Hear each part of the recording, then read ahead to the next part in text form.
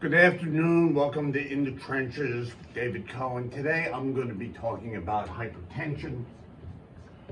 I'm doing this off the cuff. There's obviously a lot of issues with this condition. It's one of the most common conditions we see in the outpatient setting, and we also see it in the inpatient setting. So what are we going to talk about? First of all, the goal is if you want to use a cutoff, it's 130 over 80. Okay, and as what's normal, and then 130 to 139, 80 to 90, it's sort of stage 1 hypertension. Now this really depends on the age of the patient and their comorbidities. Patients who have chronic kidney disease, CHF, CAD, you want their blood pressure at least 130 over 80.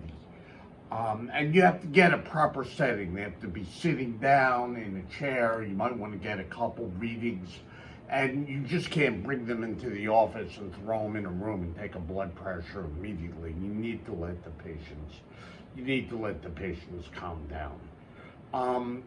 Now, how are you going to treat it, and what medicines are you going to use? And it depends on their comorbidities and other factors regarding the patients. The big drugs are the calcium channel blockers, the ACEs and ARBs, and thiazide, like diuretics. Those are the three biggies. Calcium channel blockers, the dihydropyridines are the big drugs. Now the non-dihydropyridines like verapamil and diltiazem can also be used to treat blood pressure, and you could actually combine the non-dihydropyridine calcium channel blocker with the dihydropyridine calcium channel blocker to treat blood pressure. A lot of people don't know about that. But the big ones are amlodipine and nifedipine. Now, ACEs and ARBs, these are commonly used. We usually use more ARBs than ACEs. ACEs have side effects. You could get angioedema, you could develop a cough. Not that they're not good, but ARBs have very, very few side effects. And they're often used, and you want to use a long-acting ARB like olmesartan or telmisartan.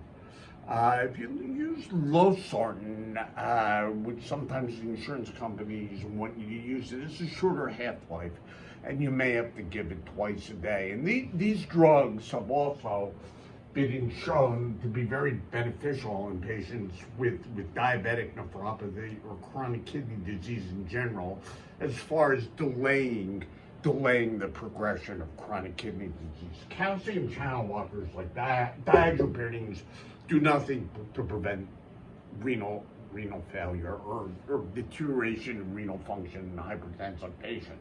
Now, they're great at preventing stroke. They will do that, but they will not prevent renal problems. An ACE or an ARB will do that. Thiazide diuretics, the thiazide diuretic that's used the most now is chlorthalidone. Write that a little better.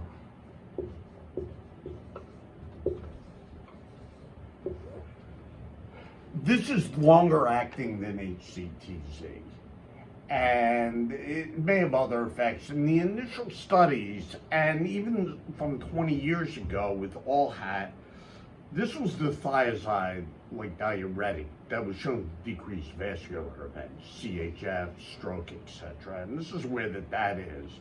There's another thiazide like diuretic called indapamide,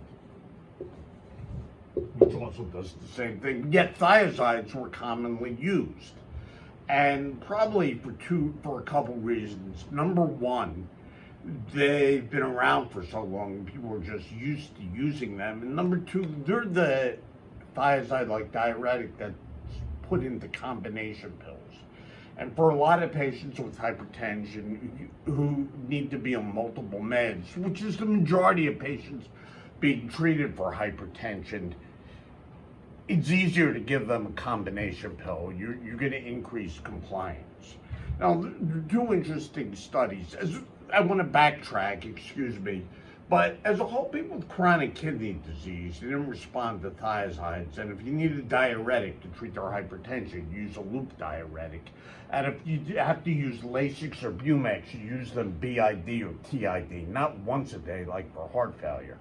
Demodex you could use once a day. And there's a trial that came out close to a year ago called the CLIC trial, which showed that you could use chlorthalidone in chronic kidney disease. Now, chlorthalidone will, it could lower your blood pressure and it lasts 24 hours and you don't have as many renal restrictions. What was interesting about at the end of 2022, there was a paper, it was in the New England Journal of Medicine, and it compared thiazides, chlorthalidone and hydrochlorothiazide, and as far as hospitalization, some other side effects, it didn't show much of a difference. And that raised some controversy as to whether we should start using hydrochlorothiazide again. Those patients, if you read through it, those patients weren't quite as sick. So still chlorthalidone might work a little better. It lasts longer. It may have some antiplatelet effects, and you could go down with the creatinine. As the creatinine goes up, you're still going to get benefit with chlorthalidone. Now, this group of medicine are the big three. The fourth medicine that's very important is the mineralocorticoid antagonists. Now, the classic one's spironolactone, but also a Eplerenone and sometimes amiluride. There are a lot of patients who have hypertension, who have excess aldosterone. Now, some of them may have the syndrome primary aldosteronism, which is more common now than it used to be in the way most people learned in medical school.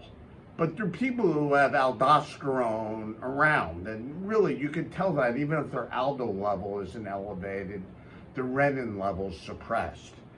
There are also people who are obese, and adipose tissue generates aldosterone. And often in patients with sleep apnea or obesity or metabolic syndrome, and you can't get the blood pressure under control, and you add a mineralocorticoid antagonist, this does the trick.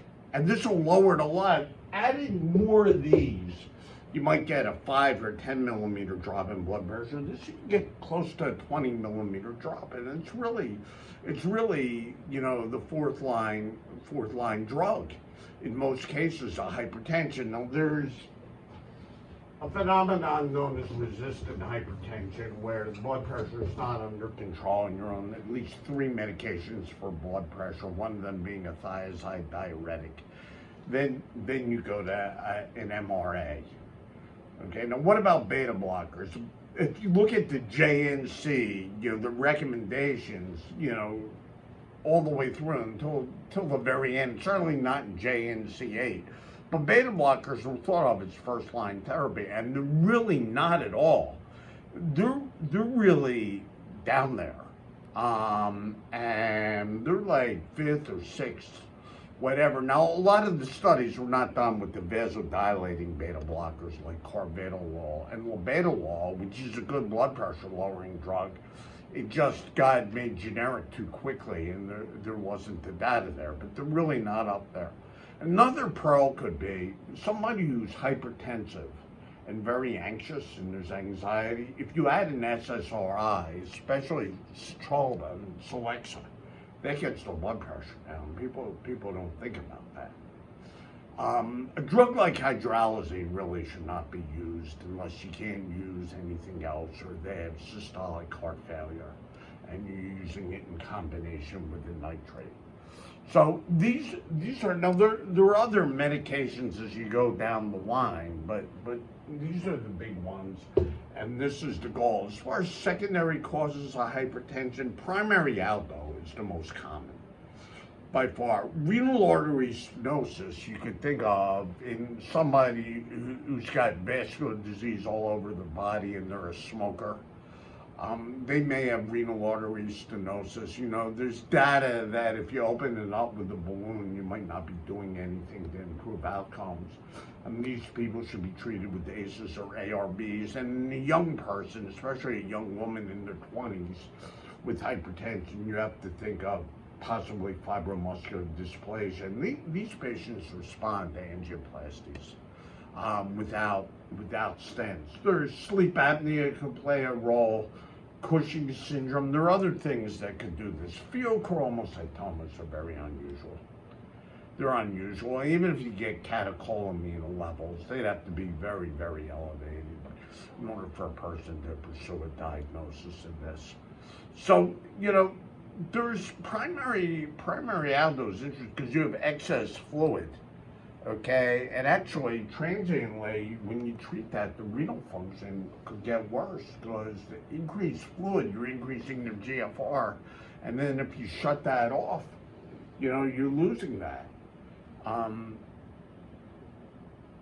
just want to stop here. This is just a few words on hypertension. The major thing are the goals. You want to make sure, obviously, you don't bring the blood pressure down too low, especially in someone who's prone to falling. And you know, the major drugs, you know, as far as the race-based guidelines, where they say African Americans, people of the black race, you should use calcium channel blockers and thiazide diuretics, and Caucasians used to use ACE inhibitors. Then it used to be beta blockers, which isn't anymore.